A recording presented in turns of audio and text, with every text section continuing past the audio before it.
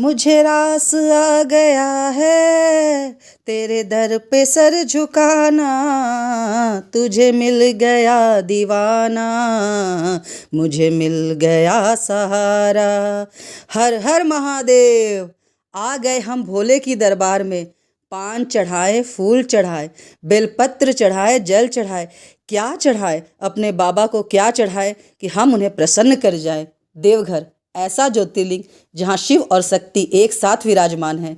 यहाँ माँ का हृदय गिरा था। रावण द्वारा स्थापित यह ज्योतिर्लिंग मनोकामना ज्योतिर्लिंग के नाम से जाना जाता है। कहते हैं यहाँ मांगी हुई हर मनोकामना पूरी होती है। और मंदिर में भी इतनी भीड़ थी जिसे संभालना मुश्किल हो रहा था। विश्वकर्मा द्वारा बनाए हुए ये 2200 मंदिर इतने अद्वितीय हैं, इनका वर्णन मैं शब्दों में नहीं कर सकती। भीड़ में हम भी मौजूद थे। हम भी एकमात्र इच्छा के साथ वहाँ मौजूद थे कि अपने बाबा को जलाभिषेक करके अपनी आत्मा को तृप्त करें। और काफ़ी मशक्क़त के बाद हम अपने बाबा को जलाभिषेक करने के बाद मंदिर से बाहर निकले। और उस समय जिस प्रसन्नता का हम अनुभव कर रहे थे वो मैं आपको बता नहीं सकती। ये रहा मंदिर का प्रांगण। और देखिए कितनी खूबसूरती से विश्वकर्मा भगवान ने ये सभी मंदिरों को स्थापित किया जाता है। कहते हैं कि बाबा का एक ही दरबार है, और जब भी किसी ने दूसरा दरबार खोलने की कोशिश की है तब उस डीसी का एक दिन में ट्रांसफ़र हो गया है। मंदिर की संरचना के साथ छेड़छाड़ नहीं की जा सकती। और उसके बाद हमने शिव और शक्ति का गठबंधन कराया। कहते हैं कि पति पत्नी अगर साथ मिलकर ये गठबंधन कराएं तो उनका संबंध और भी घनिष्ठ होता है। इसके बाद हम बाबा बासुकीनाथ के दर्शन के लिए निकल गए। बाबा बासुकीनाथ के दर्शन के बिना बाबा बैद्यनाथ का दर्शन अधूरा माना जाता है। और इसीलिए हम एक शिवलिंग में जल अर्पण करने के बाद बाबा बासुकीनाथ की तरफ बढ़ने लगे। और देवघर का दृश्य बहुत ही खूबसूरत और हरियाली से भरा हुआ था। प्रकृति ने देवघर को खूबसूरती से देने में कोई कमी नहीं की है। हम जैसे धीरे धीरे आगे बढ़ रहे थे वैसे ही हमें शिव गंगा मिली। ये वही शिव गंगा है जहाँ का जल बाबा को अर्पण किया जाता है और जिसकी एक खास मान्यता है। मन में बाबा के नाम का जयकारा लिए हम बासुकीनाथ की तरफ बढ़े जा रहे थे। और फिर पहुँचे हम बाबा बासुकीनाथ के धाम। देवघर की तरह यहाँ भी बहुत भीड़ थी, क्योंकि जो देवघर जाता है वो बासुकीनाथ ज़रूर आता है। और इसीलिए हम लाइन में लग गए। काफ़ी प्रयास के बाद और काफ़ी समय के बाद हम बाबा को जल अर्पण करने में सफल हुए।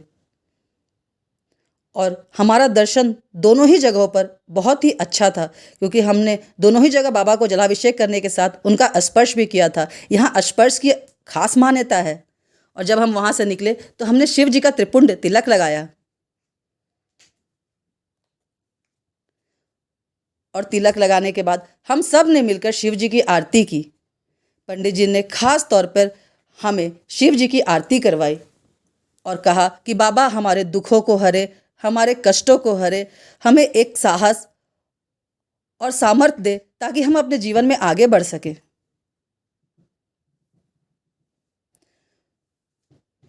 उसके बाद बाबा ने हमें आशीर्वाद दिया और जिससे हमने आरती की थी उसके काले पदार्थ को कहा गले में लगाने के लिए। इस तरह हम पूजा अर्चना करने के बाद भूखे थे तो हमारा मन हुआ कि हम कुछ खा लें। बासुकीनाथ के बगल में ही खाने के काफ़ी स्टॉल थे। वहाँ से खाना खाने के बाद हम वापस देवघर की तरफ लौटने लगे। जब हम देवघर की तरफ लौट रहे थे तो हमारा मन त्रिकुटी पर्वत घूमने को हुआ। त्रिकुटी पर्वत वही पर्वत है जहाँ रावण को महादेव का आशीर्वाद प्राप्त हुआ था। त्रिकुटी पर्वत बहुत ही खूबसूरत था और अध्यात्म से जुड़ा हुआ था और इसकी खास मान्यता भी है। और सबसे ऊपर माँ काल भैरवी की मूर्ति है। हमारे साथ साथ वहाँ बहुत से सैलानी आए हुए थे। वो सभी वहाँ घूमने, प्रकृति के छटा का आनंद लेने और उस स्थान को देखने आए थे जहाँ रावण ने तपस्या की थी। ये वही स्थान है जहाँ पर रावण ने तपस्या की थी और रावण को ब्रह्मा विष्णु महेश तीनों को एक साथ दर्शन हुए थे। और ये है वो गुफा। उसके बाद हम सब ने मिलकर इधर उधर भ्रमण किया। त्रिकुटी पर्वत बहुत ही खूबसूरत और अलौकिक था और वहाँ ऊपर चढ़ने के लिए मंदिर में सीढ़ियाँ थी और वहाँ ढेर सारे बंदर भी देखने को मिले। वहाँ बंदरों की संख्या इतनी थी कि हम थोड़ा डर रहे थे, पर बंदर किसी को नुकसान नहीं पहुँचा रहे थे। त्रिकुटी पर्वत के बाद हम पहुँचे नौलक्खा मंदिर। नौलक्खा मंदिर लड्डू गोपाल का मंदिर है और मंदिर की संरचना बहुत ही खूबसूरत है। वैसे तो ये मंदिर बहुत पुराना है, परंतु इसे वापस से फिर से और भव्य बनाया जा रहा है।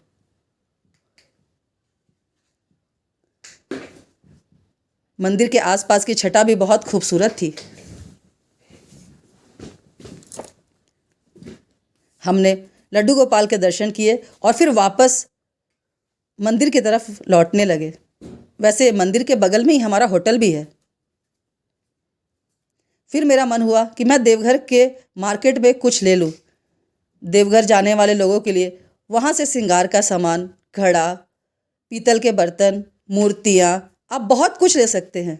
खाने पीने की भी बहुत सारी चीज़ें आपको वहाँ मिलेंगी, लेकिन देवघर का पेड़ा सबसे मशहूर है, उसे लेना तो कभी ना भूलें। और मैंने ये सब कुछ लिया और फिर वापस